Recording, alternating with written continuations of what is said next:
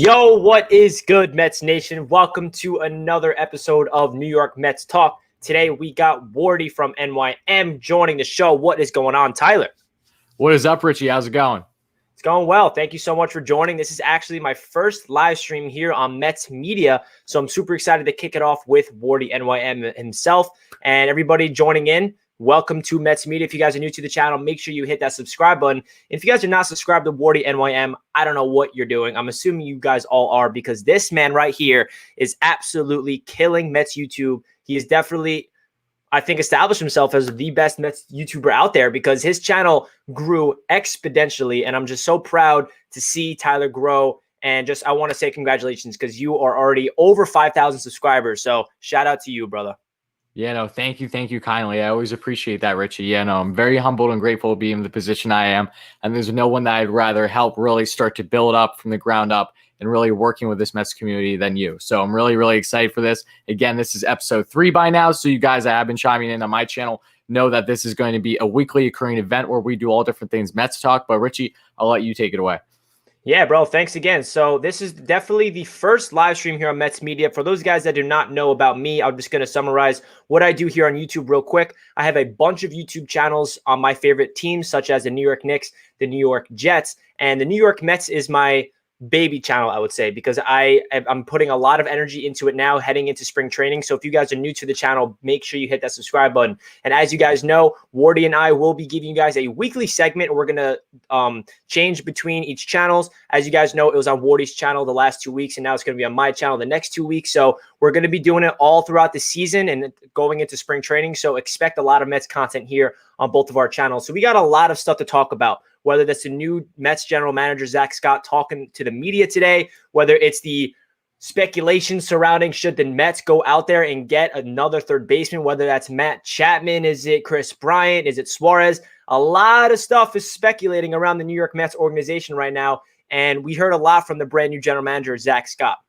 We're also going to go into in-depth on the current state of the New York Mets, whether that's starting pitching rotation. Do we need to add another piece at that position? Are we going to another big topic I want to talk about actually is there's not going to be a universal DH as of now. So that's a big deal for the New York Mets in particular. So I want to talk about that. Also want to talk about the trade that we did to acquire our 7th overall prospect in Khalil Lee and our new signing of Jonathan Villar, Albert Amora. So there's a lot of stuff here on New York Mets Talk episode 3. So if you guys are staying tuned, make sure you do so. And don't forget to smash that thumbs up button. So first thing I want to talk about is Zach Scott. So he is, as we're talking right now, talking to the media. So Wardy, what have you got so far from Zach Scott's press conference that you can tell? Because I know it's live right now and we're literally getting up-to-date news as we speak. One quote I'll read to you right now. "We are not done. We want to do some other things." So what does that tell you from our new GM and Zach Scott?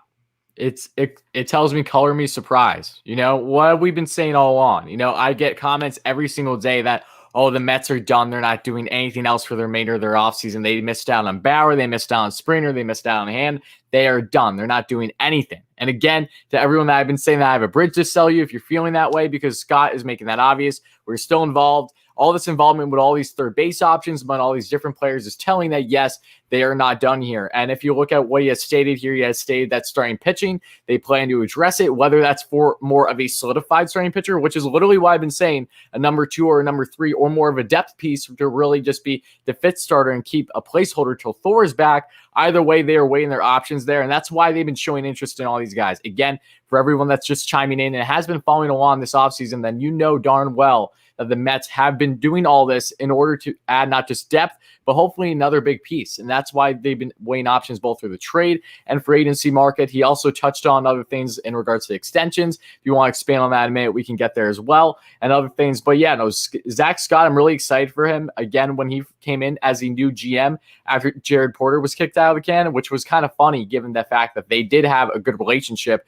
They worked up together through their time in Boston with the Red Sox. They were both interns originally. Then when Porter and Theo Epstein, who was a GM, when they went to the Cubs and Porter continued to work his way up in the MLB, Zach Scott decided to stay and continue to work himself up and was the analytics dream for the Red Sox for the past decade or so. So it's awesome. I really love it. Him coming in as assistant, now new GM. I'm really, really liking what I'm seeing with this Mets team, and I do fully expect them to make moves very soon.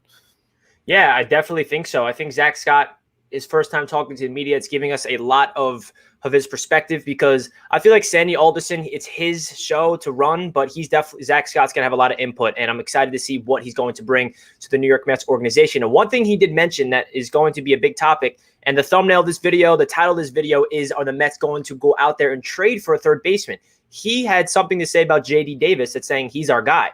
So, Wardy, what's your take on Zach Scott committing to JD Davis? Do we read too much into it, or do you think the Mets are in the market for Kris Bryant and others? I think you're reading too much into it, honestly. Because look, is there any guarantee that JD is going to be dealt this offseason? No. But the likelihood has literally increased by the day over the past couple of weeks, really upwards of a month. The Mets would not be showing active interest still, and not just decent, but significant third baseman that would really take this team over the top in the division if they weren't toying with the idea of getting rid of JD Davis. The biggest issue with him has been his defensive game. And I love JD, don't get me wrong.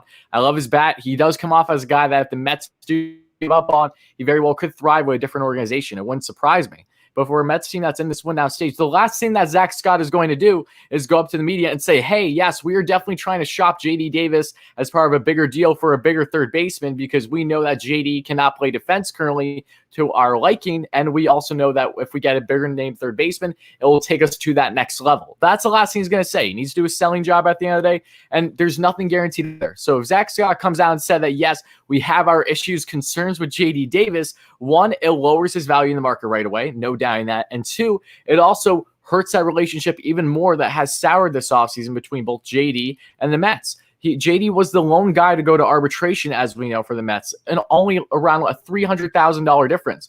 Granted, the Mets have all the right to do that. They won it. They didn't even give JD, I believe he's looking for anywhere from around 2.47 mil or so, when in reality, he got 2.1 mil because the Mets won through arbitration. But the Mets did not need to do that. It's not like they're cap strapped or anything like that. They strictly did that in part, I'm sure, because of the fact that they are not fully committed with JD. That's been obvious through what Alderson has stated previously and their constant interest in these third basemen. So again, nothing is impossible to say that JD can't start third base opening day, but right now it feels unbelievably unlikely with everything that they've been doing the past couple weeks. Yeah, I agree with everything you said, and especially this quote right here, we are not done. That's telling you that Zach Scott and the Mets front office are going to be aggressive, and just because he's had that to say about JD Davis does not mean they're going to be pursuing a brand new third baseman to replace him, or maybe JD can come off the bench, or maybe they eventually move JD Davis to acquire something else. There's a lot of moves to be made, and I'm super excited to see, because there's only, 10 days or so leading up to spring training, and there's really a lot of moves. It's so close, and Mets baseball is finally back, and we find out perfect timing that there will be Mets fans in the stands come opening day, because Governor Cuomo opened it up. New York Knicks will have people in Madison Square Garden about time, and the Rangers as well. So it's a good time, because the New York, there's never been people in the stands until now. So Citi Field, there will be fans there. Obviously not a lot, but at least there will be some type of energy within the stadium of Citi Field. If you guys are new to the live stream and you guys did not smash that thumbs up button, make sure you do so. Really appreciate you guys tuning in. Me and Wardy will be doing this every single week here on my channel and on his channel. So make sure you subscribe to Mets Media if you are new. And yeah, I'm really excited to kick this off with you, and let's keep it going. Keep it going. So let's talk about the trade that we made to acquire Khalil Lee, the 7th overall prospect now in our farm system. I think this is a very underrated move. I made a video on it, and it's really interesting. It's a 3-team trade. Everybody knows the details. We gave up the 26th overall prospect in our farm system, who was a starting pitcher that we got from the Steven Matz trade, and we flipped him, and it was a 3-team trade, and we got somebody that I like. I mean, he has blazing speed. He's a defensive-minded outfielder that he's going to have some upside at the plate eventually. I think he's around 22 years old. So what's your thoughts of the Mets really bolstering their farm system? Because my opinion, Steve Cohen, when he had that press conference, he said he's going to value the farm. He understands that this Mets team do not have a good farm system. And in order to sustain a long-term success and short-term success, you need to build within the farm. And we have no outfielding depth in the farm system. I'm pretty sure 3 of our top 30 prospects are in the outfield. So to flip a guy that's 26 overall to make it into a 7th overall outfielding prospect is such an underrated move. Is it a move that's going to bring us to the World Series this year? No, but these are the type of moves that smart front offices do. So Wardy, what's your breakdown of this? No, you're exactly right. I thought that it was a tremendous trade. It was a little funny because People were asking me earlier that night if I thought a trade was going to happen with the Mets. I said no. Like, why would it be? And then we see them involved in another 3-team deal. I'm just automatically thinking of like Rafael Devers from the Red Sox. I'm like, oh, there's your third base option, even though it felt very unlikely. I was just toying with it. But then we see clearly a groundbreaking, as we know, but really a strong prospect coming over from the Royals, 8th overall in their organization. It looks like number 7th now for the Mets, with a Mets team that does not have a lot of organizational depth when it comes to the outfield, as we know. Outside of Crow Armstrong, there isn't a whole lot there. So Lee isn't in a position where he very well could be cracking the roster within the next year or two versus Armstrong, who still is definitely a couple years away, only being 18 years old, I believe still. So yeah, very smart move. You give up a pitching prospect that you just acquired in the Steven Matz trade. That was around, I believe, 26 organizational or so. And then you're also giving up a player to be named later, which should not be anything extravagant. So I really love this trade from the Mets. You bring a guy with speed. The guy stole 50 bags this past season playing in the minors. He also has pop to his bat. He can hit for power and consistency. And I just love everything about him. I think that this is a speed demon in the outfield. And as long as the Mets don't part ways with him as part of another bigger deal, because now we know that they are definitely willing to part ways with prospects that they acquire within the same offseason for either a flip for a better upgrade or part of a bigger deal. So time will tell on that front. But I think clearly is here to stay with the Mets. And I really, really like this move. Just smart asset management here by Zach Scott, and gives you a taste of what we can expect from him going forward. Yeah, exactly. I love it. It's very underrated. And I just want to give a quick shout out to everybody in the chat. What is going on? Welcome to the stream. If you guys are new to the channel, what's up, guys? Hit that subscribe button. I see everybody in it. We see Eric. What's going on, Eric? Mets Talk with Hayden. What's going on, brother? Just want to shout everybody out. This is my first time going live on Mets Media, and expect a lot more live streams here on this channel because, as you guys know, I mentioned it earlier, I have a lot of YouTube channels, and I'm trying to balance it out. I'm trying to put a lot of energy into all three of them. And I think now is the time for me to really put a lot of energy into Mets Media. So I got a brand new series coming where I'm going to be breaking down each player on the New York Mets, do player profiles. I did it on my previous channels, and my subscribers really loved it over there. What I'm going to be doing basically is giving you guys a breakdown of each player. I'm going to project their stats. I'm going to go over their stats last year, give you guys their strengths, their weaknesses, and really give a really deep analysis on each player on the New York Mets. So stay tuned for that. I'm excited to kick off that series here on Mets Media. So with that being said, let's jump into another topic. So sure. Zach Scott mentioned this. Should we expect Lindor and Conforto? When should we expect, to be extended? And he kind of answered that question. And what Zach Scott had to say is, we're going to bring up the conversation about this when spring training comes. If he said that's a good time where we can start negotiating. So, Wardy, do you think that they're going to get a job done with both of them, or one, or what do you think? It really all comes down to how much more active are they going to be for not just the remainder of the offseason, but beyond. You know, are they going to be still involved with possibly trade talks among those type of things into spring training? If they are, then I think that could hinder to an extent on when you extend certain guys. Lindor, I think, is going to be priority number one for them. At least he should be. Conforto is my favorite player, don't get me wrong, but you didn't just trade for one of the best shortstops in all baseball to really toy with the idea of going into the season with him not being extended. Conforto, there's a little bit more risk with him being a Scott Boras client, but I do believe that they can extend him, but I'm not expecting these extensions to really kick in until they are officially done with their moves heading into the season. So that is really going to be up to them type situation. Again, we can always be wrong here, but if you're just looking at how the offseason has gone on all this time, it makes a lot of sense for them to really make sure that they have everything rounded out, all their deals done, so that way they know how to properly weigh the extensions that are bound to happen for both players. Yeah, I think these two guys are the number one priority in terms of extending. If you want to sustain a long-term answer at the right field position and the shortstop position, this is what you got to do. And like you mentioned, you do not trade away two players in Jimenez and Rosario and a couple prospects for a guy like Francisco Lindor for a one-year rental. It doesn't happen. He's at a premier position. He's top three arguably in his position, could be even one, but there's a lot of upcoming shortstops in the MLB now. But Francisco Lindor needs to be the guy that is the face of the franchise. I mean, he has everything you want in there. And I feel like I saw Gary Cohen and Keith Hernandez on the SNY podcast, I think today, and Keith Hernandez said himself, this was the best Mets offseason I've seen in a long time. And I love that he said, and Gary said himself, everybody is calling it a failure because we did not land Bauer. We did not land the big fish in Springer and all these guys that we expected, like Rio Muto. But if you really look at what they did a crazy trade for Lindor and Cookie Carrasco.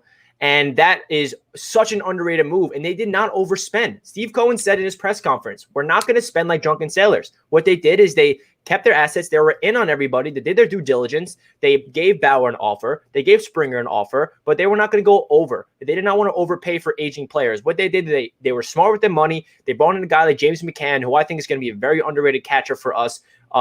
Trevor May, there's a lot of moves that this Mets team made in the offseason that's very underrated. So how would you grade the Mets offseason so far? Because I know going into this offseason, a lot of Mets fans were like, it's Realmuto or bust. It's Springer or bust. If we don't get one of those three guys, it's a failure. So what's your take on the Mets offseason so far? Oh, it's an A. It's an A, because as much as we have maybe been disappointed to an extent with them not landing a top dog in free agency, at the end of the day, all that matters to me is that they're significantly upgrading this team for basically being close to win now, and they're not done yet either. Again, everyone's been asking me, what are my grades? What are my predictions for the season for all these teams and stuff? And I've answered them at times, but for the most part, I brush it off because I'm like, the Mets aren't done here. This is an unprecedented offseason, all offseason long that they've been in either discussions or have really shown interest in different players, both through the trade and free agent market route. So that is why it's been awfully difficult. But just the Lindor and Carrasco trade itself makes it the offseason. If that was the only deal they did, I would say it's still an A offseason because of how much you're getting. It's kind of easy to overlook it a little bit, just how damn good Lindor is. And Carrasco is also a really strong starter at this point in his career still. Like, people are underestimating the hell out of this because of just the fact that the Mets have been the talk of the town and baseball off season long, for good and for bad. Given the scandals that we've seen and stuff, it's been a roller coaster, to put it lightly. But if we weren't under maybe the expectation that Cohen was going to just straight up come in and make the Mets the best team in the league right away, then people would be feeling a lot differently. So I would just say to everyone, continue to be patient. Moves are still going to be coming. And if you look at everything that they've added and subtracted this offseason, it's remarkable. It's already one of the best in Mets history, if you ask me, and it's not even done yet. So the fact that there is that potential for another blockbuster deal, if you have two blockbusters, just for instance, through trade, not through free agency, and one offseason, that very well can be competing very much as the best offseason the Mets have ever had in their history, outside of leading up to the 2006 season. Yeah, man, there's a lot of excitement surrounding us. And I want to give another shout out to everybody tuning in to the stream. What's going on, everybody in the chat? Yes, what's up, Mike? What's up, Robert? Make sure you guys hit that subscribe button if you're new to Mets Media. And don't you forget to go subscribe to WardyNYM, even though I'm pretty sure you all are subscribed, because this man's killing it on YouTube. So let's talk about the big talk surrounding the Mets, which I think it's a little unlikely, but Mets fans, we could dream. So there's rumors out there that the Mets are interested in a guy named Matt Chapman.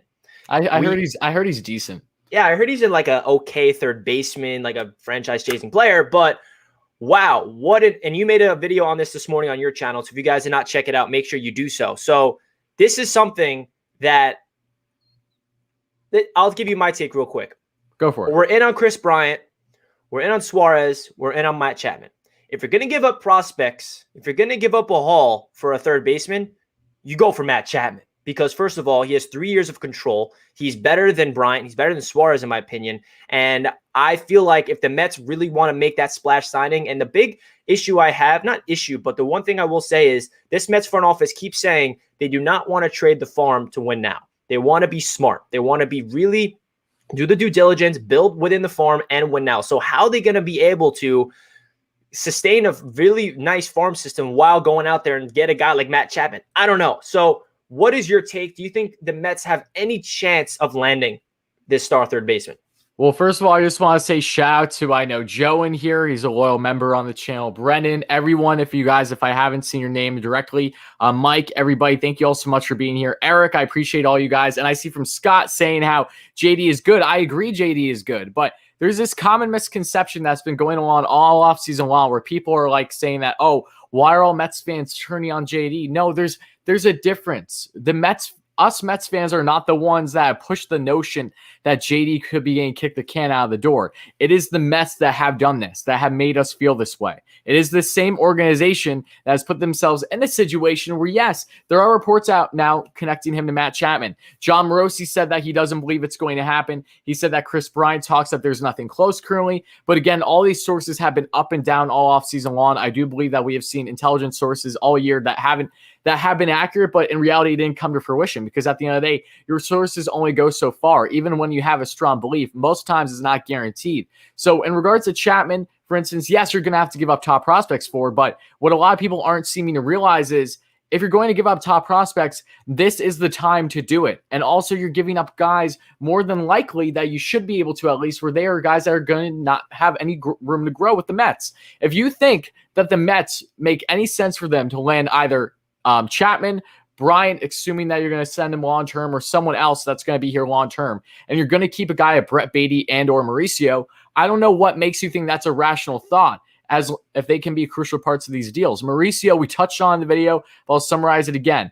Many people believe he could be moved to third base. Okay, because I know he's a bigger shortstop. A lot of people also believe that the same thing can be happening in regards to Brett Baty, because if Chapman comes in, and Lindor's here. Lindor's going to be here probably for upwards of the next decade. There's no doubt in my mind he's going to be extended. You bring Chapman, 3 years left. You're going to extend his ass really long. I don't think there's any doubting that either. Then what are you going to do with Baty and Mauricio? Where are you going to put them? So if you're going to execute, if you are going to cough up the farm in this situation, that's what makes sense. It's not like you're giving up a Crow Armstrong. And again, we don't know what type of proposals we have seen. We've seen some players toy with prospects. All we've heard is that in regards to Bryant and Suarez talks, that they've asked about Alvarez. And that is someone that the Mets do not want to give up because that's their top catching prospect. That makes sense for them to not part ways with him for more reasons than one. But when it comes to these two guys, they are highly susceptible because they won't have room to grow with this current team, how they're trying to build. It's not like you're getting a grizzled vet like a Justin Turner. And then, okay, we have to get rid of Baty because Turner's coming in. No, Turner would be here 1 or 2 years max probably. When you have Chapman, he's a guy that realistically could be with the Mets for the next decade. Same thing with Lindor. They're both 27 years of age. They're in the primes of their careers. They're not even at their peak yet. There's no room for guys like Baty and Mauricio to grow if these guys are going to be here long term, which would be inevitable, especially in the case of Chapman, I have to imagine. Yeah, man, I agree with everything you said, brother. Shout out to the new subscriber. Thank you so much for subscribing to Mets Media. It means a lot to me. Yes, shout out to Mr. Faja. And shout out to Scott. That's my roommate from college, my buddy, and me and him both diehard Mets fans. So what's up, Scott? He's got a lot of good takes, and he wants to keep JD Davis, and I understand why. Do not give up Alvarez. So this is something that is very interesting because the New York Mets front office has been very reluctant. Every time they call for Kris Bryant and they call for Alvarez, the person that they want back is Alvarez, and the Mets do not want to give him up. And that gives me confidence. That tells me that the Mets are not going to trade Alvarez, and I think it's smart for them not to because I feel like he is going to be the future of this Mets catcher position, and James McCann is a perfect guy to come in here and be that bridge for Alvarez in the future, and I'm super excited for that. You guys know me. I'm someone that does not want to give up prospects because I'm scarred from the Jarred Kelenic trade. I was not a fan of Brodie Van Wagenen by whatsoever. That trade still haunts me to this day. And Robinson Cano, not a day without PTSD. Yeah, not a day without it. And of course, we get to see the top 100 MLB prospects, and Jarred Kelenic is at number 4 in the entire MLB, just to slap me in the face because that was one prospect that I was so hyped about. I got lost on YouTube watching his highlights, and I was just so excited about Jarred Kelenic. And then when we traded him away, I'm like, no, but it's all good. It's all good. So if we do, because obviously we know Matt Chapman, this trade is so up in the air where it's unlikely. Because first of all, why would the A's want to give him up? Because they're in win now mode. They're the favorites in their division. They have 3 years of control. So I don't know why the A's would even think of trading him. I think this is just the Mets trying to be aggressive and calling them. And my guess is the A's are like picking up the phone and be like, yo, like, we're not trying to trade Matt Chapman, but what would you offer? And then the Mets have to give up an offer. I genuinely just don't think it's going to work out. I don't think that the Mets could bring up a package enough that the A's would accept because I feel like they're reluctant to trade him. I think they would be idiotic, honestly, to trade Matt Chapman. So we'll see. I think the Mets are in a big position right now, as we heard from their general manager, that they're not done. Whether that's acquiring a new starter pitcher for the depth piece, is it going out there and getting a new third baseman? And I like JD Davis. As Wardy mentioned, I think JD Davis is going to be a good stud. He showed a lot last year. He's one of the best hitters on the Mets, to be honest. He's just not a good defender at the third base position. And I feel like with Francisco Lindor at shortstop, he is one of the best defensive shortstops in the MLB. I feel like if you compare him up with another defensive third base, that is one scary infield on the defensive side of things. So we got a lot to talk about. If you guys are new to the stream, don't forget to smash that thumbs up button. We got 85 people watching with 36 likes. If you guys are new, make sure you thumbs it up. And don't forget to subscribe to Wardy and myself. Greatly appreciate it.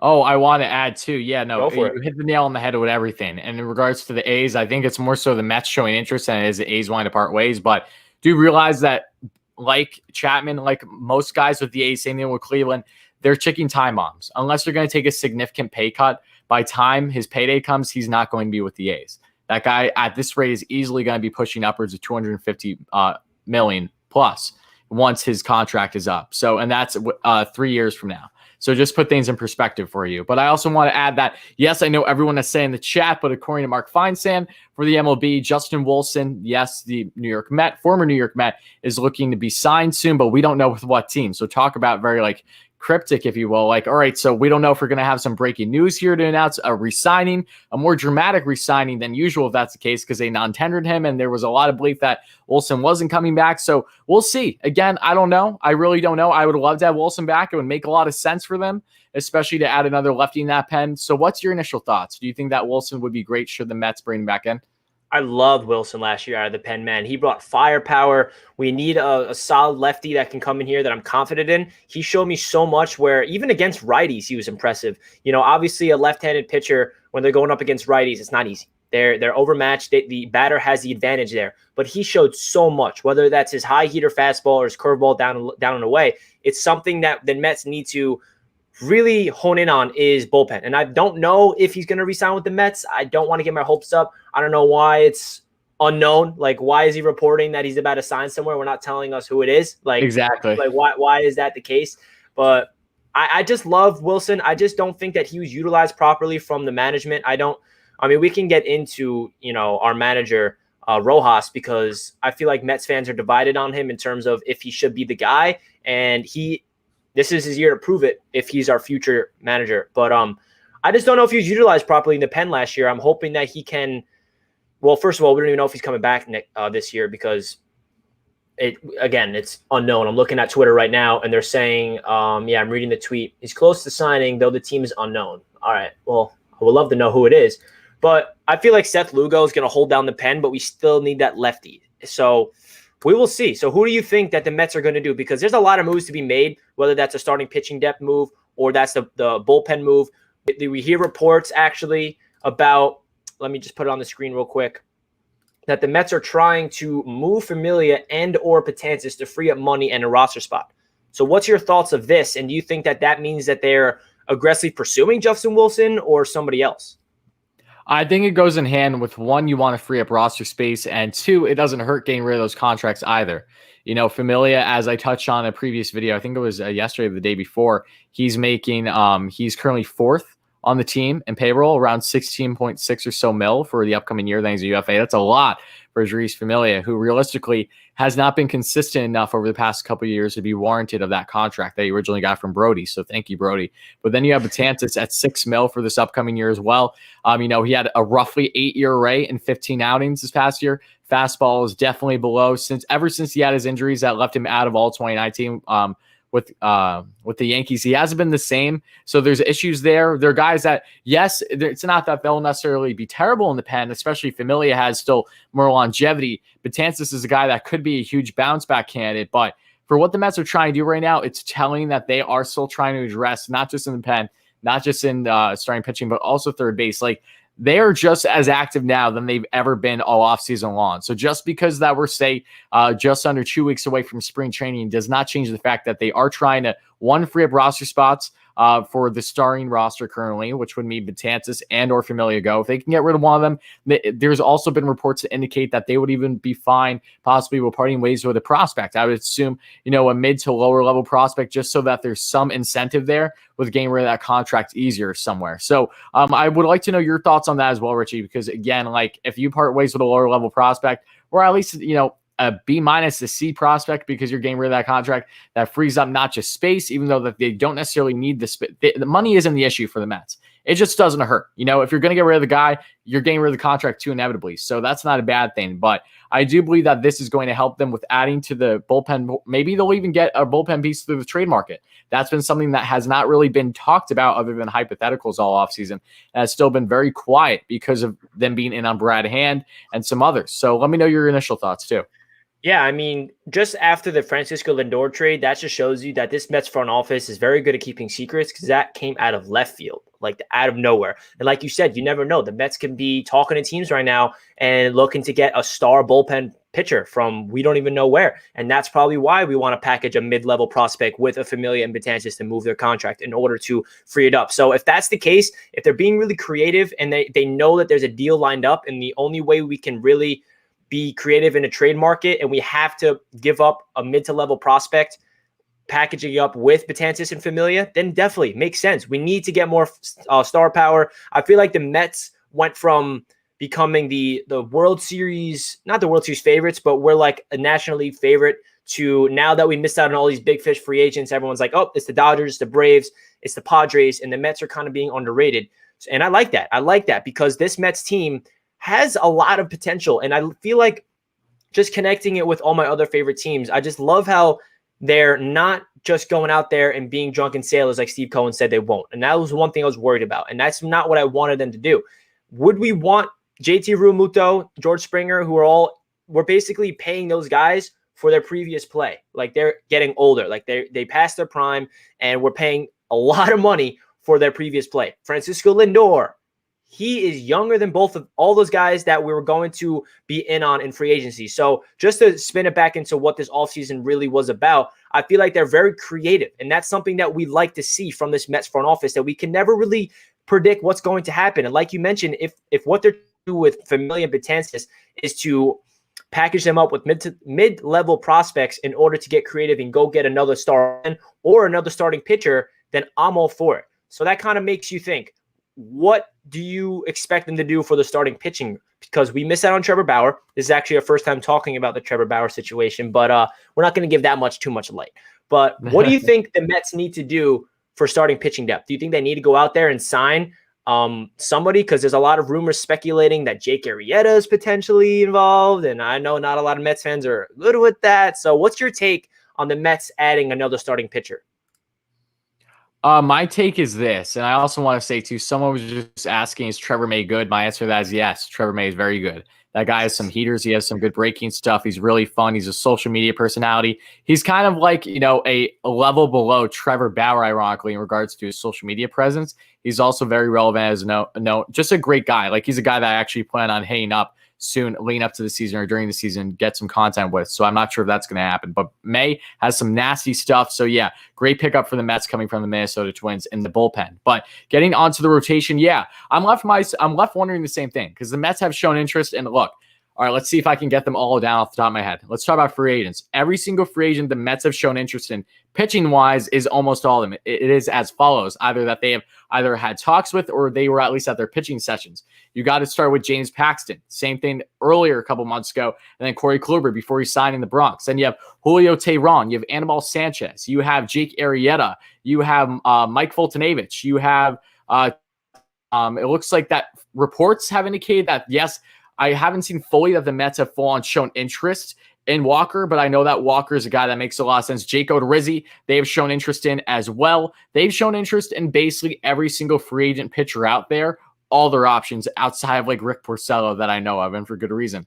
But Arrieta is like on the low. Like he's a shell of what he once was. The guy's injury prone. He's 34 years of age. I don't think there's anything there outside of them just doing their due diligence and looking at him possibly toying with the idea as him being that fifth starter as a filler till Thor's here. But they've also shown interest in Rich Hill, who's really a awesome southpaw gets injury prone quite a bit because he gets blisters like no tomorrow because he just has some of the nastiest breaking balls in all of baseball. So he's like pushing 40 now, but he still has great stuff. And he's a guy that on short term, I wouldn't be against at all, really rounding out that rotation. That rotation is still really strong. He's been stellar in the playoffs too. He has really good playoff experience over the past couple of years with the Dodgers as well during their deep runs. So they have their options. I think that for them, it's really what Zach Scott said. We're going to find out depending on basically the trade route they go. If they acquire a third baseman through the trade market, depending on what team they get him from will really indicate what you do with starting pitching.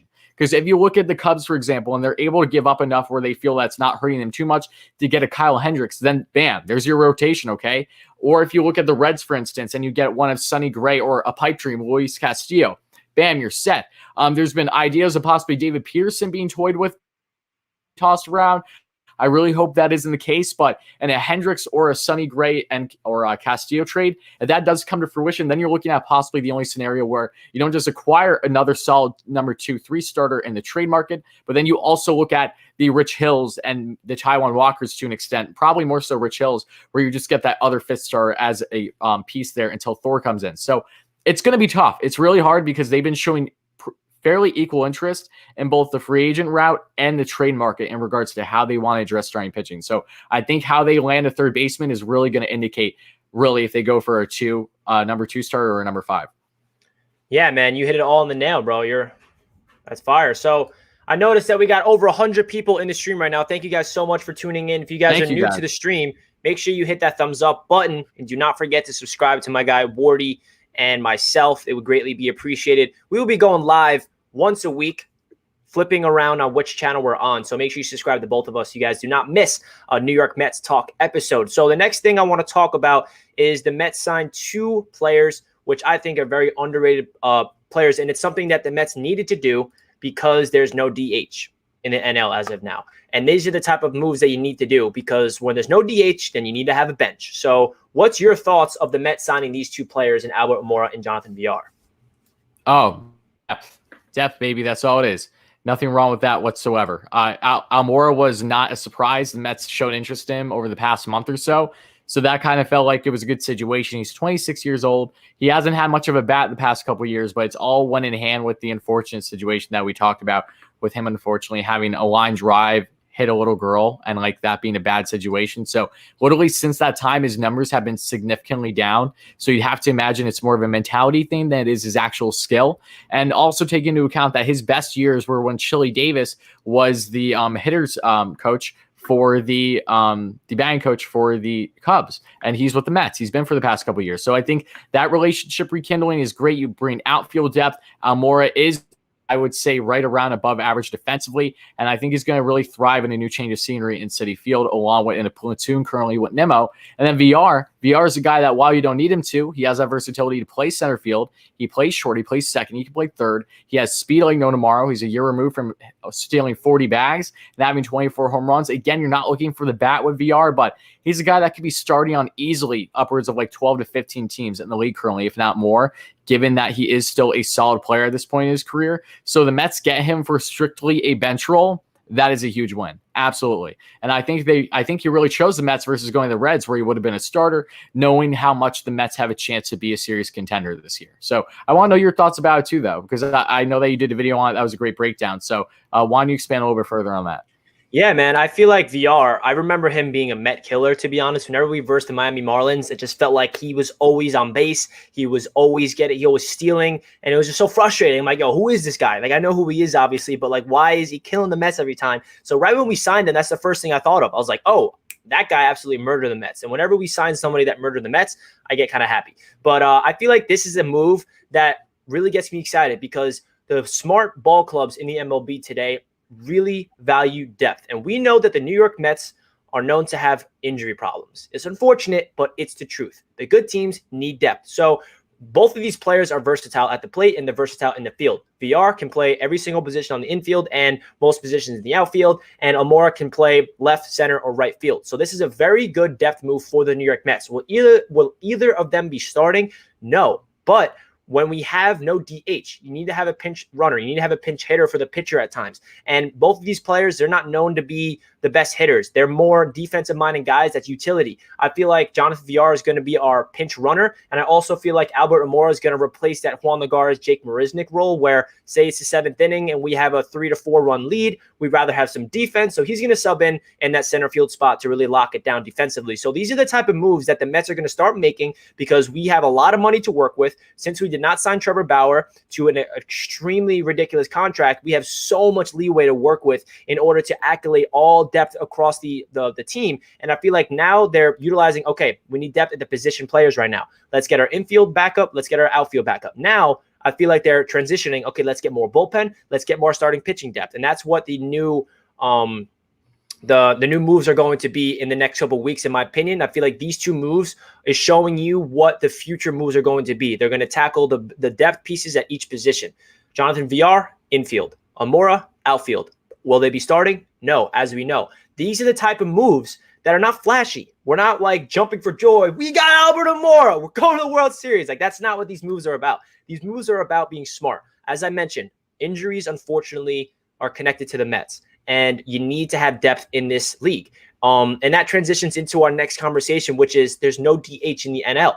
And as we know, that would have been such a big reason, such a good positive for the Mets if we have a DH. I always said that I like the traditional way of National League is separate. They don't have a DH in the previous years until we experienced it in the pandemic year last year. And I saw what this Mets team looks like with the DH, especially with Dom Smith.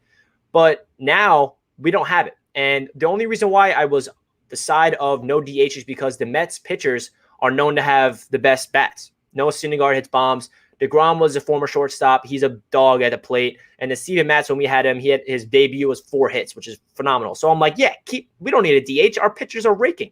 But now we have a problem. And our problem is Dom Smith. Dom Smith is one of our best hitters on the team. So is he going to be playing left field? That's the big conversation. That's the next topic I want to get into. So what will the Mets lineup look like with no DH? So last year, like I mentioned, we had a DH. And we had Pete Alonso and Dom Smith in the lineup almost every night. So now, what is it going to look like? Is Dom Smith starting at left field?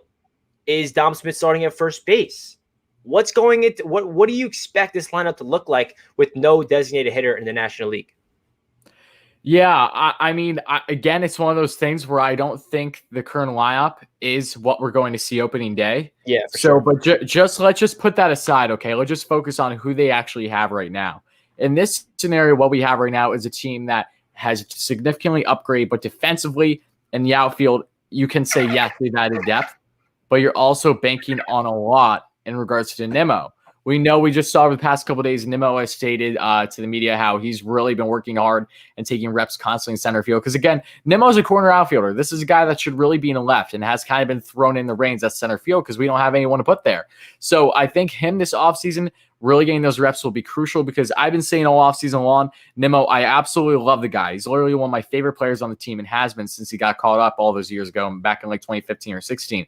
But his defense has been lacking, to put it lightly. And it's been a big reason why the Mets have had some significant losses these past couple of years due to errors in the outfield. And then if you look at the infield with having JD at times, among others. So I think when you look at Dom and Nimmo, there are guys that defensively are not up to par right now, but the Mets may be just willing to have Nimmo in center because they're going to try to bank on him really upgrading defensively, which again is a lot to bank on. You're really hoping that he can take that next step to his game. The upside is Nimmo is still at a point in his career where I feel that that's not impossible to do. I just find it a little bit surprising that the Mets are willing to give that type of a leash, but maybe because of these depth moves without more and some others, knowing that you're not necessarily going to have Nimmo in late in the game once they have a significant lead, that could factor in. But Dom is the bat. It's strictly the bat. Dom isn't a huge liability in left field, but he's definitely below average because he's a first baseman. Let's be real. So he's a guy that I feel more comfortable with there at times versus JD. JD hasn't even been too terrible in left field, but again, these guys aren't outfielders at the end of the day. So not having a DH is going to hurt Dom more than anyone else because it's not going to just affect, uncertainty with how he is as a fielder, but his entire preparation is going to be different. We're a couple weeks away, not even from spring training, and we have still not yet a solidified answer on no DH. It basically, it's unofficially true That's basically what the statement is now. I don't see it changing this last minute. So no DH for this upcoming season. Dom has to really make sure he's taking reps. We don't know how many reps he's been taking in the outfield at all this year. I don't know what the Mets' approach has been with him and saying, hey, we want to toy with you here or there, because Pete is going to be at first, whether people like it or not. I know most people agree that Dom is a better overall first baseman defensively, but there's no way in hell that the Mets are going to part ways with Pete at first, unless going into the season, he just does absolutely dreadful in every aspect of his game, which is a lot to ask from Pete, who even in a down 2020 season was still performing really well if you look at the progress that he was going to be doing throughout a full season. So if you're looking at the lineup right now, you're going to have Dom in left still. You're going to have Nimmo in center. You're going to have Conforto right. You're going to have JD at third. You're going to have McNeil at second. You're going to have Lindor at short, and then you're going to have Alonso at first and McCann catching your starting catcher. But realistically, that is not how opening day is going to be, and I can bet money on that. Yeah, I agree. And that outfield defensively is a little concerning for me. Like you mentioned, Dom Smith, he's not a left fielder. He's a really good defensive first baseman. Nimmo is definitely, he's not terrible in center field, but he's not great. And he definitely had a lot of errors, and he doesn't have the speed in order to cover the ground. And my concern with this defensive outfield that we're going to put out there with this hypothetical with who's on the roster today, with Nimmo in center and Dom Smith in left field, those two guys, I don't know. Conforto, he's a solid right fielder. He's not a Gold Glover out there, but he can throw people out and he can make some plays. And we saw some spectacular plays from Conforto. But I feel like this Mets team is trying to determine if they're going to be an offensive-centric or a defensive-centric team, and they're trying to submerge. Sandy Alderson said in his previous years as a Jets GM, he always prioritizes offense over defense. And he said that now we're going to switch it, because if you see the young core in place with Conforto, Pete Alonso, all these guys, they're offensive-minded bats. They're really good at the plate, but they're, I wouldn't say liability. I know Pete Alonso, a lot of people are on top of him because we'd rather have Dom Smith out there at first base because he's definitely better as a defensive first baseman. But Pete Alonso has a determination to be a Gold Glover first baseman. Will he ever become a Gold Glover? I don't know. But you want to see Pete Alonso be vocal about, I know I need to work on my defensive at first base. I think he's going to be our everyday starter at that first base position. And what our lineup looks like today with the DH, without the DH, you hit it on the nail. It's going to be Dom Smith in left, Nimmo in center, Conforto in right. We got JD at third, Lindor at short, McNeil at second, Alonso at first, and McCann at the catcher position with the greatest player of all time and Jacob deGrom at the mound. But that kind of gets me excited. I mean, saying it out loud, you said it, you're going to bet money that that's not our lineup come opening day.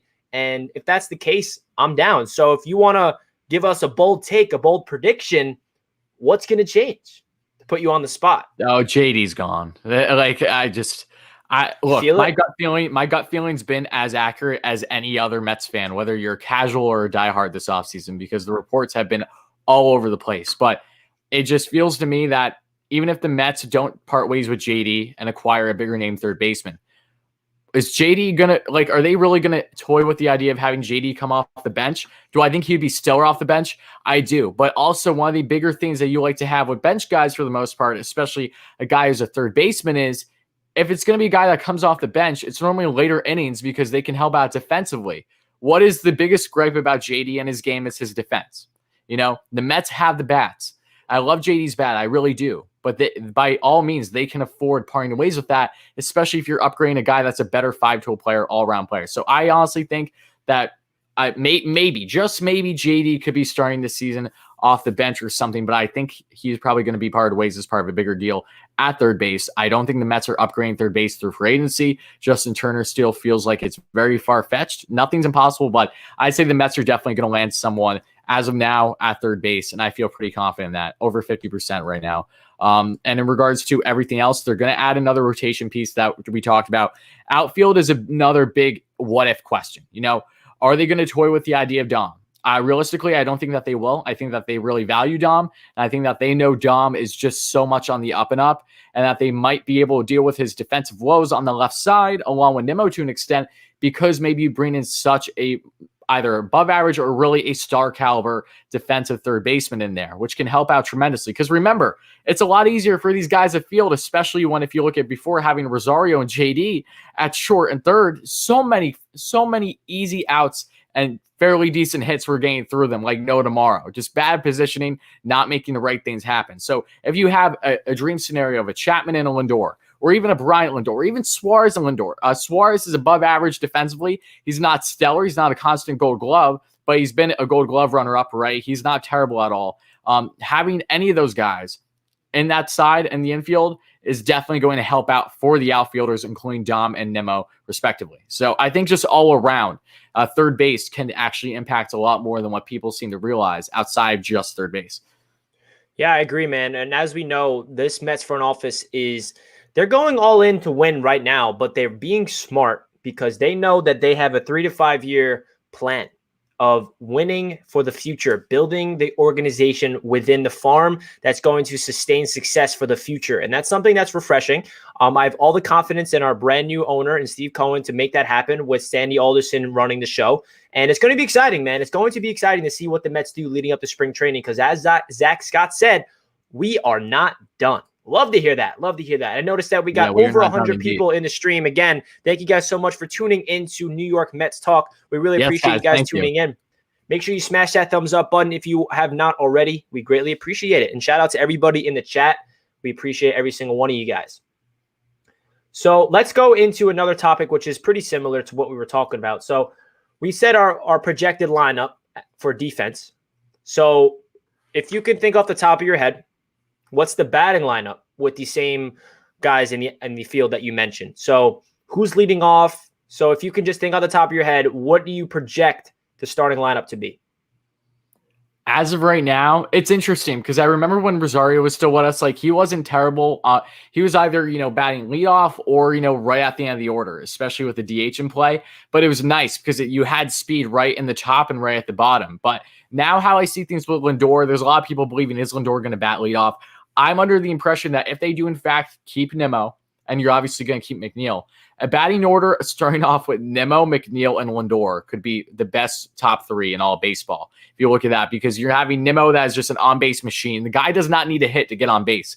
That's what I love about him. He could be a 230 average, but damn it, he's getting hit by pitches, or he's just doing so great. The first base. He literally has some of the best eyes in all of baseball. Like people I've seen respectively around the league. I understand why there's such an infatuation with Nimmo. Even while I griped him about his defense plenty this year, his on base is no joke. Like I think he's tremendous in that route. So him getting on is great. Then you have McNeil behind him. McNeil, another guy you want to have more in the top of the order for sure. I think that's perfect as well. You can toy with McNeil anywhere, but him at number 2, I think would make sense there because another guy very, very similar to Nimmo in that, right? He can hit for opposite field too, even though I know he likes to pull it on first baseline a lot, but McNeil, stellar. And then you have Lindor in the 3 spot. And what stands out to me, Lindor at 3 in this situation is because that he is a hitter that really separates himself from the rest because he adjusts himself if he's going to be batting leadoff or third or fourth, fifth, whatever it's going to be. Like he changes his approach on a game-by-game basis. So Lindor is definitely going to be in a position where you're going to have a lot of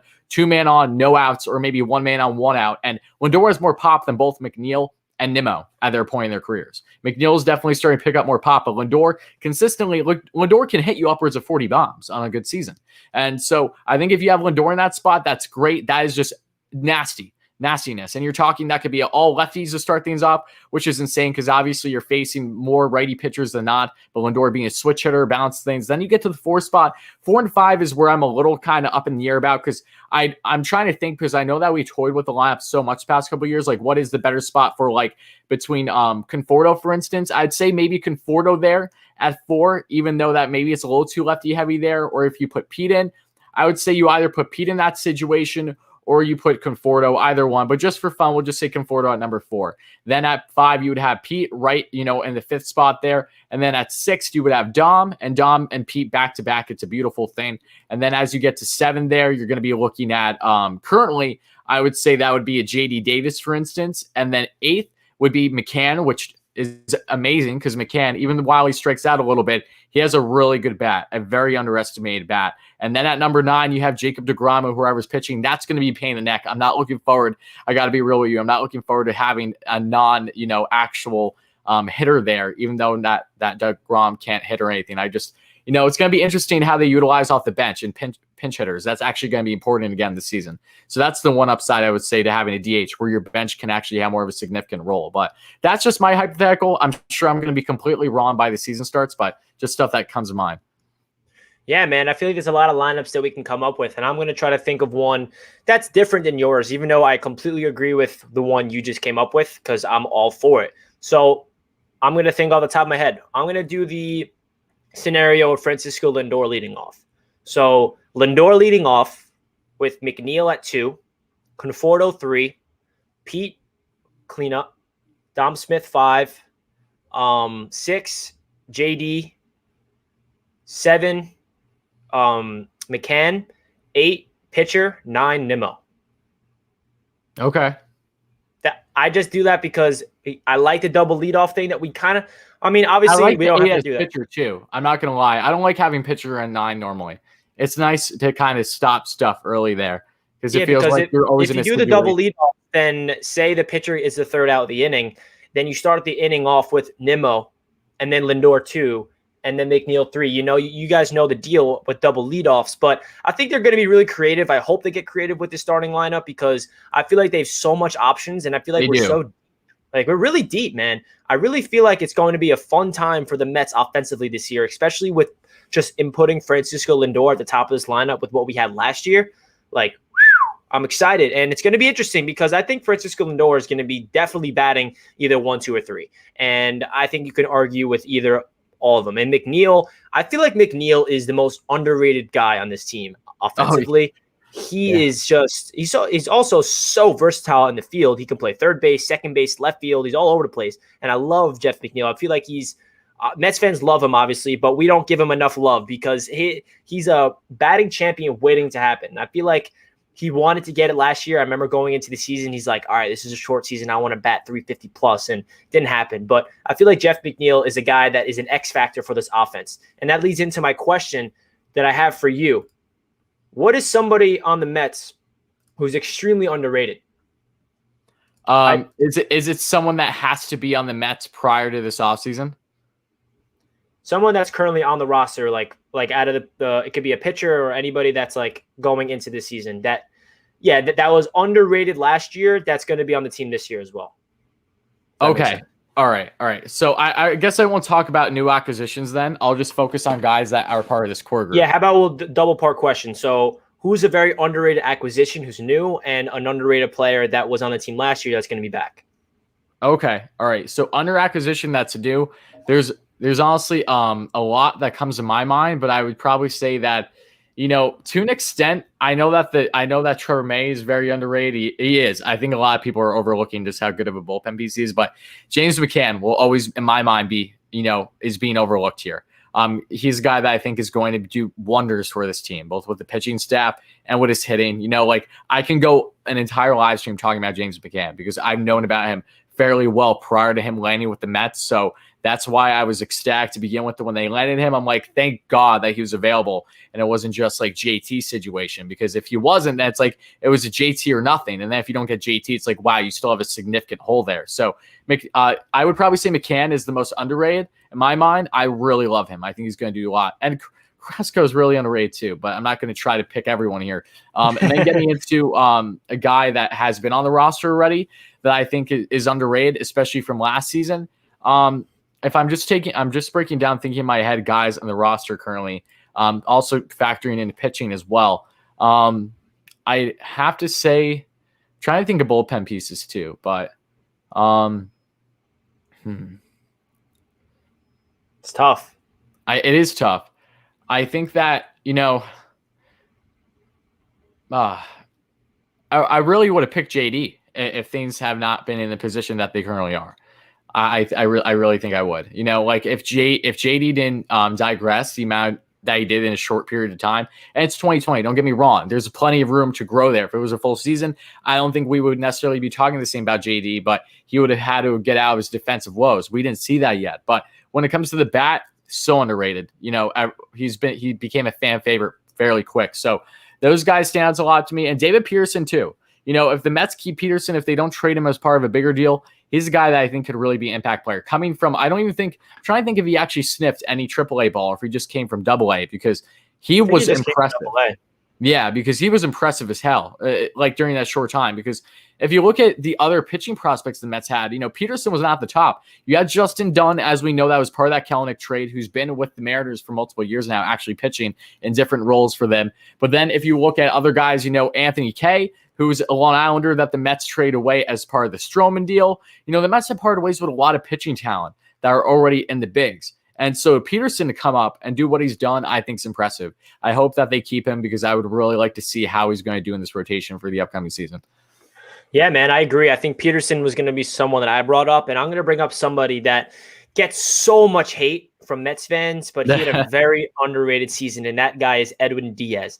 Edwin Diaz, okay. I think if you look at the numbers, he had a very underrated season last year. And I think that Edwin Diaz is going to be the X factor for this year. Because if we get, I feel like we said this going into every season with Edwin Diaz. If we get an Edwin Diaz from the Mariners with record-breaking numbers and just being absolutely spectacular, that wins us 10 more games. The amount of times when we had a really terrible Edwin Diaz, he cost us like a lot of wins. We should have won, but I feel like he's very underrated for the Mets. I think he blew like 1 or 2, 3 games last year, but there were some times where he was just lights out. Maybe he just needed to get his mentality back in order because he didn't have the confidence. So the Mets decided like, all right, let's put Edwin Diaz in the 7th and 8th inning because he doesn't really feel like he should be a closer right now.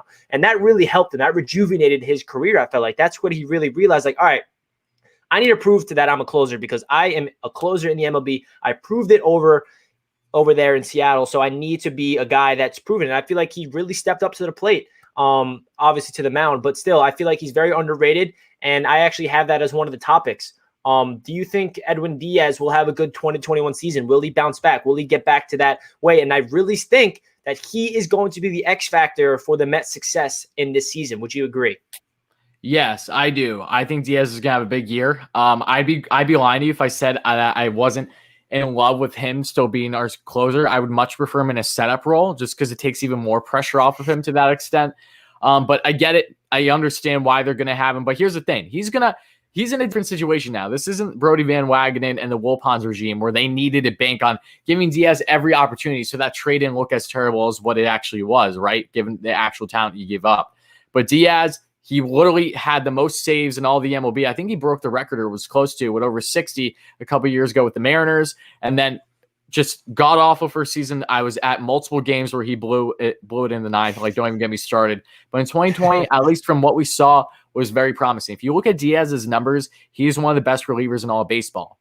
His K per 9 is insane. He has some of the nastiest stuff. He's literally a top 10 reliever in all baseball right now. Top 5, actually. Like, he's that good.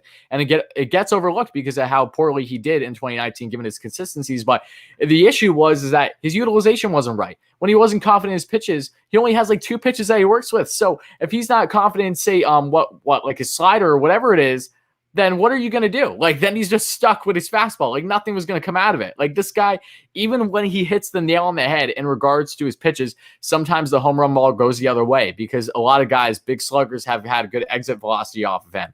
A lot of high hard hit rate. But Diaz has nasty stuff as long as he's comfortable, can make sure that he's confident in himself. That's bigger than anything else. You can tell when he's not confident, he's throwing walks all over the place. He can't even hit the strike zone. Like a Jeurys Familia, for instance, during his prime days as the Mets closer. Awfully similar that aspect. So I think Diaz will have a crucial part to this team this upcoming season, either for the good or for the bad. But it is nice knowing at least that, God forbid, if there's a situation where Diaz really starts to struggle early, the Mets do have other options that they can deal with in the bullpen, and I'm sure that they will still add 1 or 2 more arms before the season picks up.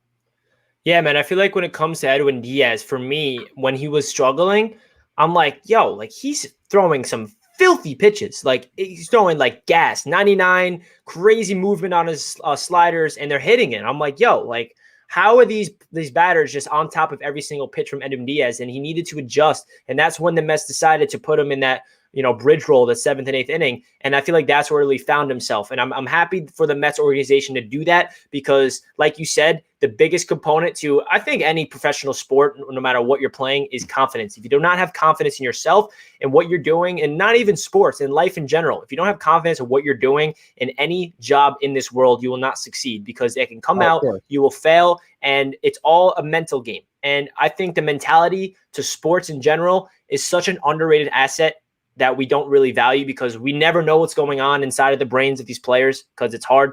And they're actually human, believe it or not. Yeah, it's crazy. They're not robots. They're not just like entertainment machines. They're actually human beings, and they get so much criticism from fans, especially Mets fans. I mean, the New York market in general, we're just ruthless. We're relentless. If you suck, we're on top of you. If you are amazing, we love you, and you are a king.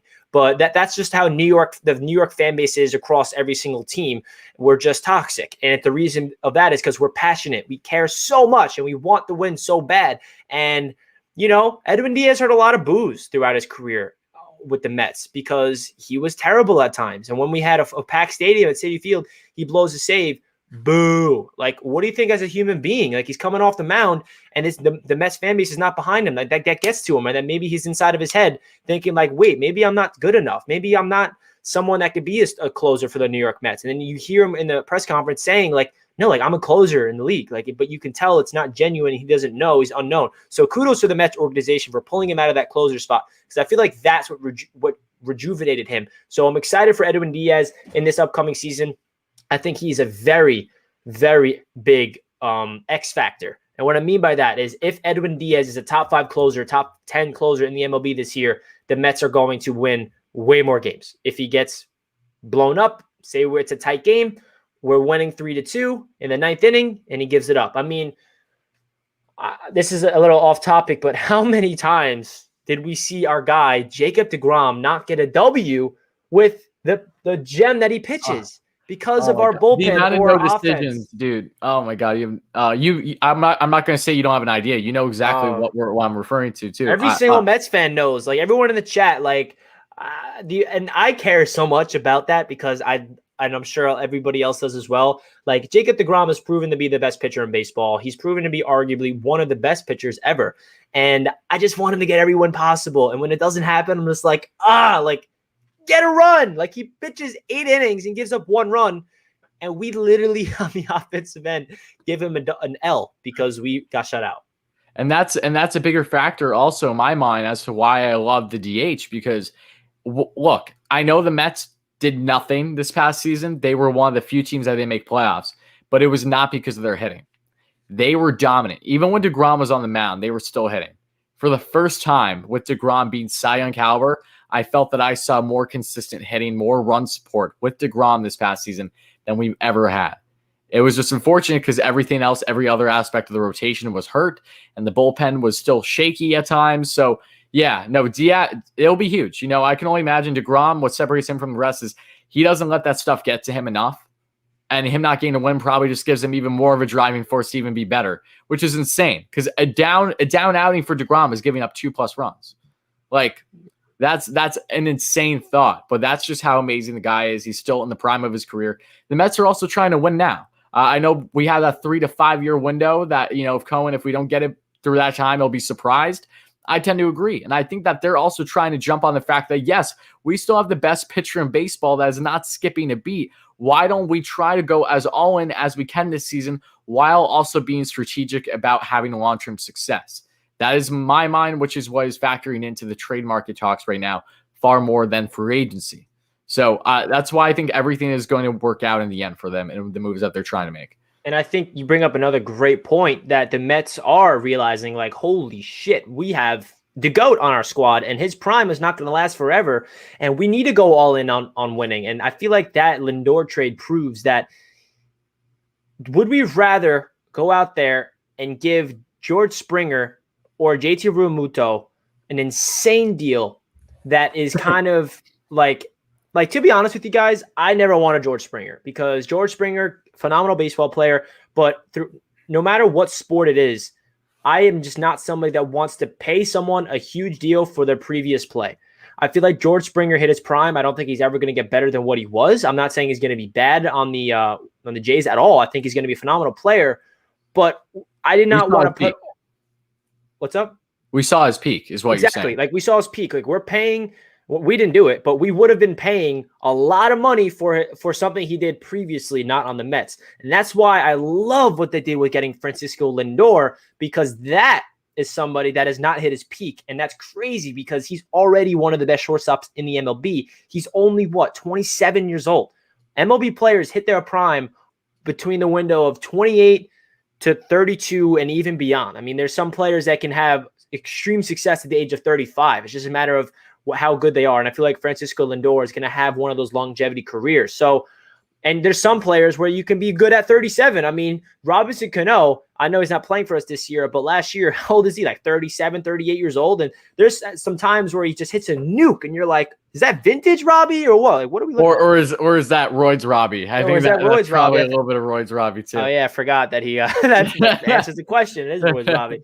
But I feel like I just like how they're being more creative in the trade market because they're getting a younger superstar rather than getting somebody like older. And I feel like that ties into what you were saying is we're trying to win now, but we're also trying to set ourselves up to win, be competitive and be a team every single year. The New York Mets are in the conversation to win the World Series. And that's what they're trying to do. And that's what I love about this front office in place because it's refreshing. Obviously, it's a big difference. We've never had a brand new owner like this in Steve Cohen that its pockets run so deep.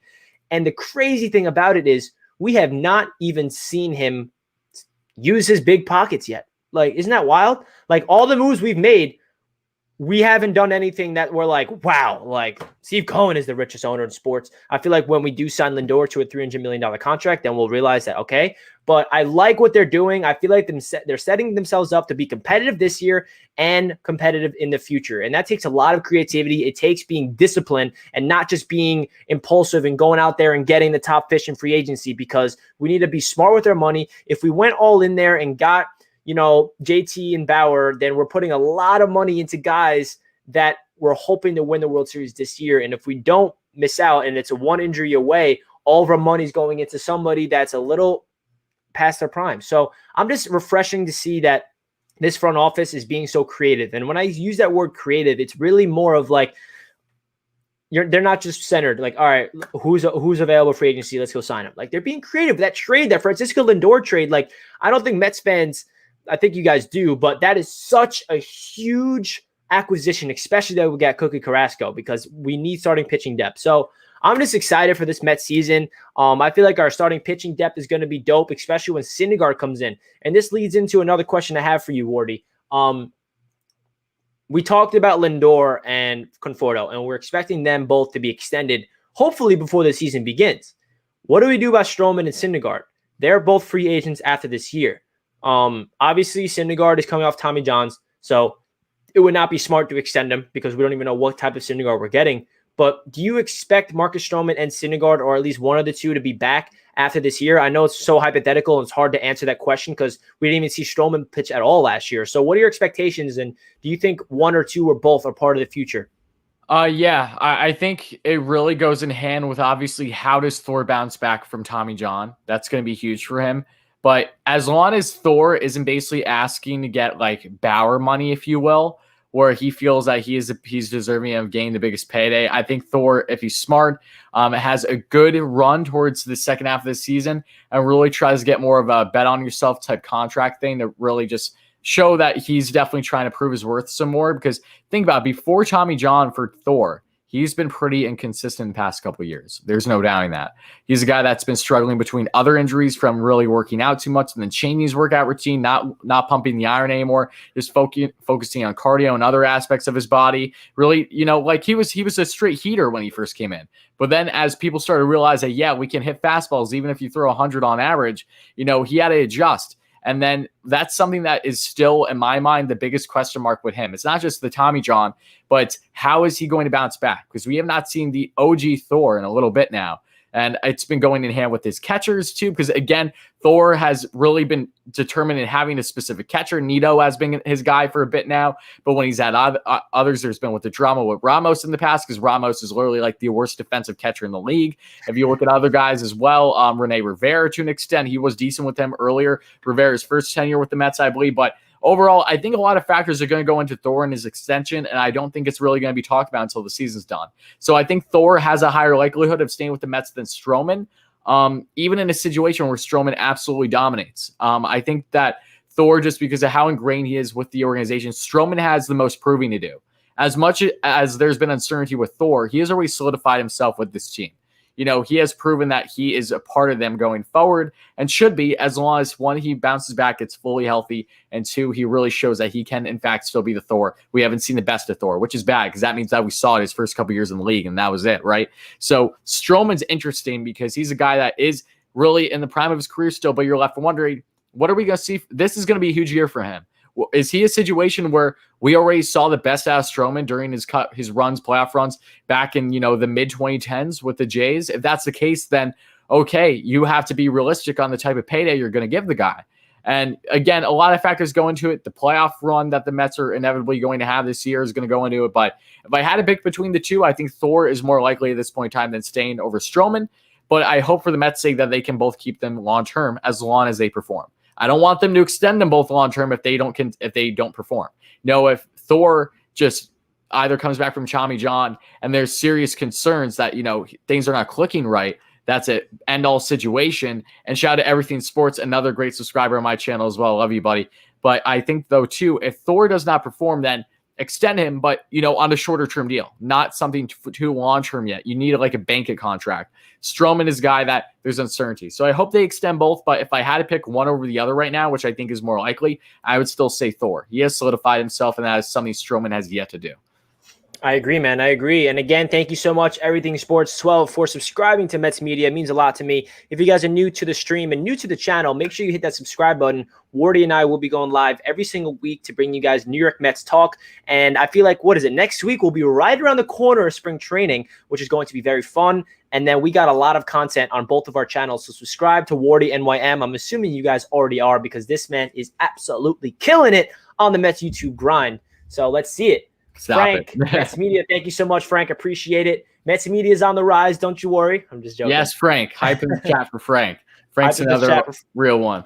Yeah, I know there's a lot of people coming in from Wardy's channel, and I want to thank you guys for tuning in to Mets Media. It means a lot to me. Wardy's been doing a phenomenal job over there, and I'm trying to be really consistent with Mets content. For those guys that do know, I mentioned it earlier, but I'm assuming there's some new people here. I have a lot of YouTube channels for a lot of different teams, so I'm trying to balance it out. But now's the time for me to put a lot of energy into Mets Media, because the spring training is right around the corner, and a lot of exclusive Mets content is going to be here. So stay tuned for that. So to finish off to finish off the stream, another subscriber, thank you so much for subscribing. It means a lot to me, brother. Hype for Mauricio. Awesome. Hype in the chat, baby. Let's do it. So we started off the stream talking about, the thumbnail and the title of this is, there a big third base trade coming? Is it going to be Chapman, Bryant, or Suarez? That's what the Mets fans want to know. It seems like Zach Scott, the GM, said we are not done, and that tells us that the Mets are on the phone with people. That means they're trying to negotiate contracts with free agents. So before we finish off today's stream, Wardy, give us a prediction. Are we going to make another big blockbuster trade? And if so, is it Kris Bryant? Is it Chapman? Is it Suarez? Is it someone that we don't even know out of left field? Let me know. Yeah, I do. I'm not trying to jinx things. I'm knocking on wood because I don't want to be wrong here. But yeah, no, I do believe that there is another blockbuster that is going to cap off this offseason. And it's tough because we've seen things rekindle with the Cubs and everything. But, just because of the fact that this is the first actual package that was reported, and we're talking over a month ago, and shout out to Tim Ryder for Metsmerize when he was still working there, another Mets blogger who is now with, I believe, The Apple is his new site. If my memory is mistaken, he's a good writer. But he was the initial guy for Metsmerize to break that an industry source was saying how Sonny Gray and Eugenio Suarez are connected with the Mets, that they're showing interest in him, like weeks ago, like almost a month ago, over 20 days. And since then, it's finally starting to be reaffirmed by Mike Puma and others for the Mets. So something tells me that if the Cubs asking price just gets too much, kind of how like what it was originally, that the Reds one might be the most realistic here. So if there's one that I feel that I would bank on, even while I think the Bryant situation is the front runner, one that I feel that if we're talking about a package wise would be the most realistic, I'm picking the Reds. Would I be upset if it's the Cubs situation? Hell no, I'll be ecstatic. I'll be happy with either of these. I want to make that clear. It's a good issue to have when you're weighing these options. All I hope for as a Mets fan is that one of them actually comes to fruition. So what's your thoughts? What's your gut feeling? Yeah, I feel like it's going to come down to, are they going to give up Alvarez? And that's what the whole conversation has been about. And it seems like the Mets front office has been very reluctant to trade him, which is smart because I feel like he's going to be a big part of the Mets future. And they always value the farm. We had a previous GM and Brodie Van Wagenen that thought, okay, in order for me to keep my job, I need to trade what we have in the farm to win now. And we all know what happened there. It completely set this franchise back more years, unfortunately. So are they going to make the same mistake? I don't know, but they're being creative with it, and they're trying to bolster the farm system. We saw the trade that they did with Khalil Lee. Is that a trade where Khalil Lee is going to be part of the future, or is that a trade where we can package Khalil Lee for one of these blockbuster trades that we are discussing? I feel like they're going to be aggressively pursuing, but I do have a feeling it's not going to end up happening just because that these teams are all sold on Alvarez, and they're not going to pull the trigger. That's my opinion. I feel like they're going to eventually just say, okay, we'll have JD Davis, but I don't know, because if they really want to be the team that they say they are going to hold on to their top prospects, it would be idiotic to trade Alvarez, in my opinion. And I feel like that's a prospect that should be untouchable, and that is a prospect that they've openly said is untouchable. So that's very awesome to hear that they are not going to be making previous mistakes as our previous regime for the New York Mets. So it's going to be a crazy segue into the spring training because we know that the contract extensions are going to start heating up between Conforto and Lindor. So I don't think it's going to distract the front office. I think they're going to be in the trade market and free agency market while negotiating with them. So if you want to give us a projected contract for both Lindor and Conforto, what do you think? I think that Conforto, he's going to be getting paid between 25 and 28 mil per year. I think that's a good window. I don't know if that's overpaying or underpaying, but I feel like that's a good, especially what Conforto proved that, and Wardy and I are really high in Conforto. So he showed all throughout his career with the Mets, his only issue was consistency. He has a beautiful swing, and he plays above average defense at right field, and he can spray the ball all over the field. So I feel like Conforto's one issue throughout his career with the Mets was consistency, and he proved last year he was our best hitter last year, most consistent bat. So I feel like that proved like we need to extend him. He's a priority. And I feel like that's going to be around 25 mil. Lindor, I don't know. What do you think these extensions are going to look like financially? All right, Lindor, I think it's 10 years. There's a lot of people that think 8. I would love 8. Honestly, 8 is perfect. 10 is like, okay, you know that he's may very well not finish out that with the Mets. 8 is not bad, however, because at that point, he's going to be at the end 35, which is, the age that the Mets acquired Cano. So to put things in perspective, right? But I think that in regards to Lindor, it's going to be a 10-year contract, and it's going to be pushing upwards of 325 mil. He's going to be a lot. It's going to be at least 300. You start, that's your starting point, and then you build off that. So if the Mets can get him anything under that, then I think that's a huge win. And big Conforto. I like that too, because Conforto, I was thinking 7 years, 185. So that's exactly what I was thinking. I was originally thinking 200, but at the same time, I'm like, you know what? Him being with the team, not hitting free agency, maybe they can get him more in the 185 over 7. I think could be very ideal. So yeah, now we're in the same. I think Lindor is going to get a lot. When you look at Lindor as a player, and look, he's not hitting free agency, so that can help the Mets in this situation. Maybe they can get him just over 300 mil, give or take. I think that's great. If they go 325, they go 325. But Lindor is a better player overall than Bryce Harper. And I get it. Harper hit the free agent market, and there was a bidding war, which led into him landing with the Phillies for the 333 mil. But Lindor, at least, he's deserving of at least 300. If he's hitting the open market, forget it. In a normal market, if he would be hitting that, he'd be probably pushing upwards of 350 plus mil. Lindor's that good. And he's in a more prime position as well. Bryce Harper is an average outfielder in right field. like Lindor is one of the best shortstops in the game. So just put things in perspective in that way. So yeah, I'm very, very excited to see, but I think Lindor 10 years upwards of 325, but if you can get him less, fantastic. Maybe you can because you have him. And then Conforto, 7 years, 185, book it.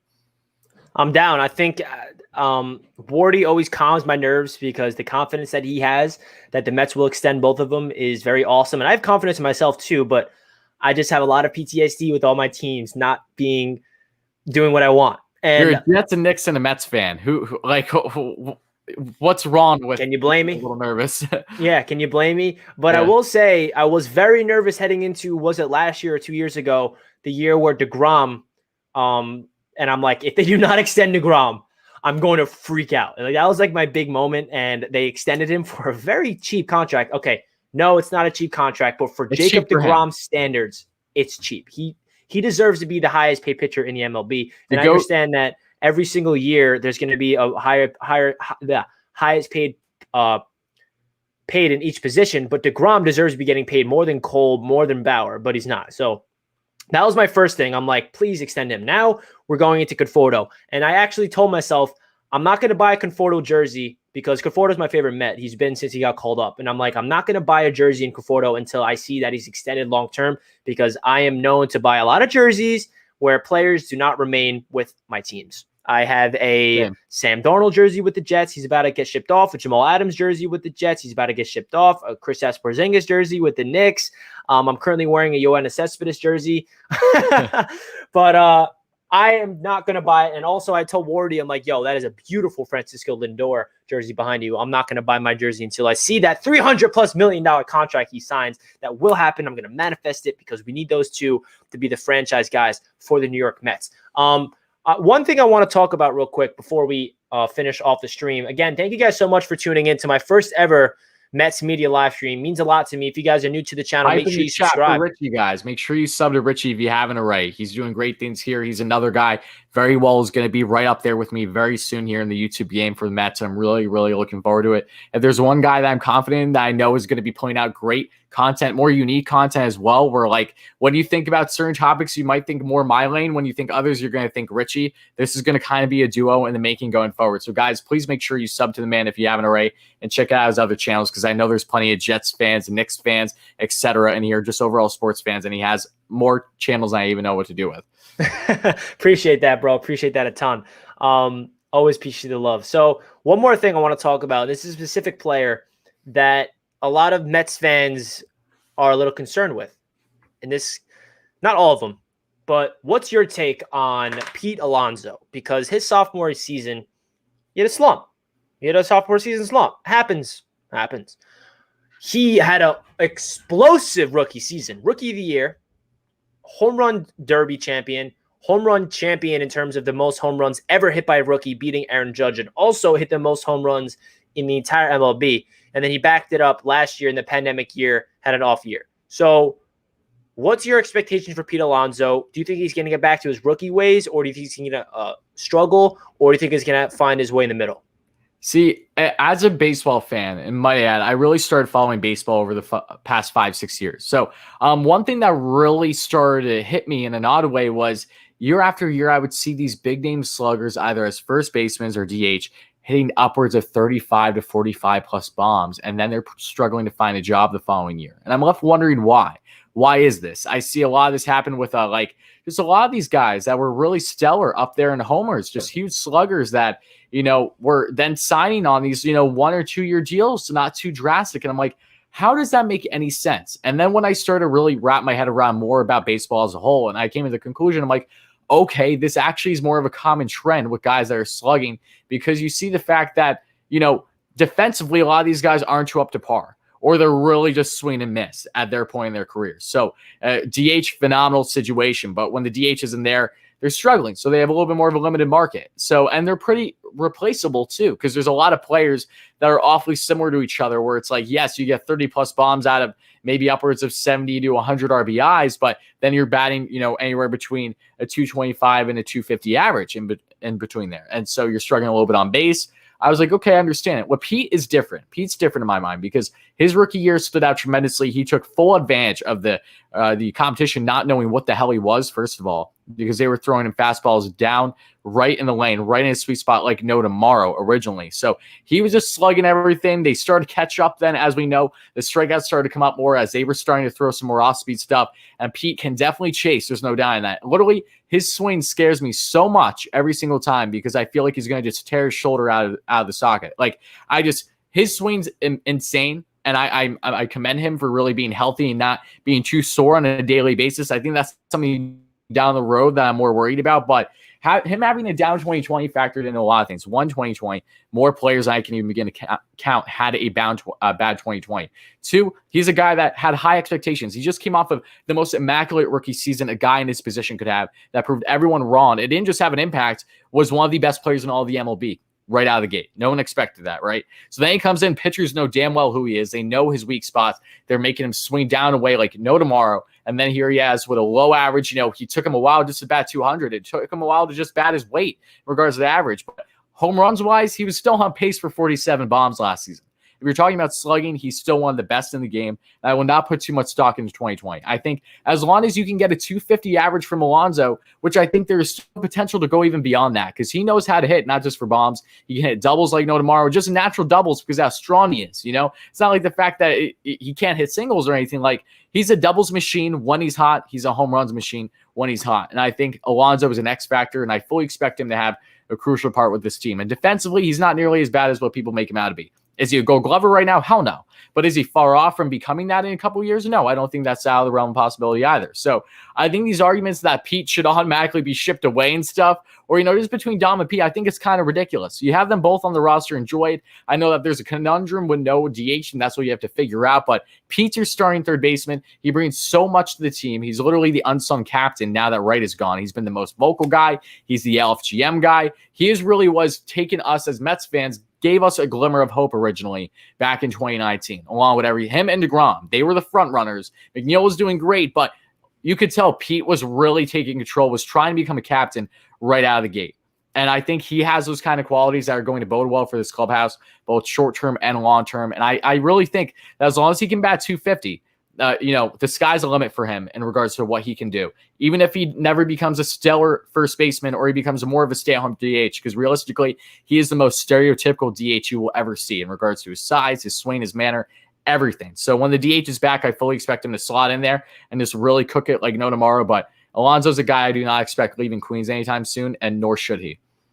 Yeah, man, you hit it on the nail. I don't think I can say anything else more about Pete Alonso because you got literally every single thing out of him that I would say myself. So we're going to wrap up New York Mets talk today. Thank you guys so much for tuning in for the first ever live stream here on Mets Media. Expect a lot of more exclusive Mets Media content here and also live streams in the future. If you guys are new to the channel, don't forget to subscribe. And if you guys enjoy the stream, please make sure you thumbs it up. And of course, do not forget to check out WardyNYM's channel. I'm assuming all of you guys are already subscribed and a bunch of you guys are members to his channel because, as we say, Wardy is the top Mets YouTuber in the game right now. So shout out to you, Wardy. I'm very happy to be partners with you throughout this entire process.